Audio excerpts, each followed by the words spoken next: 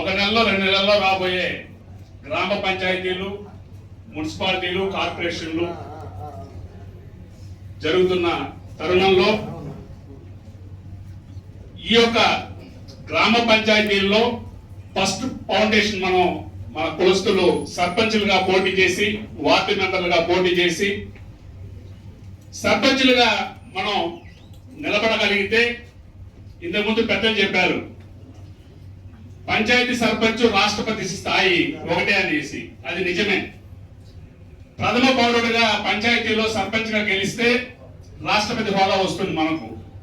కాబట్టి మనం ముందు పంచాయతీలో స్థానం నిలబెట్టుకొని తర్వాత మున్సిపాలిటీ కార్పొరేటర్ గానో చైర్మన్ గానో మన స్థాయిని బట్టి మనం ఆ యొక్క నియోజకవర్గంలో, మున్సిపాలిటీల్లో, మండల పరిషత్తులో ఎంపీలు గాను, జెడ్పీటీసీలు గాను పోటీ చేసి మనం గెలవగలిగే శక్తి, సామర్థ్యం మనకు అక్కడ ఉందనుకుంటే తప్పకుండా మనం పోటీ చేయాలి.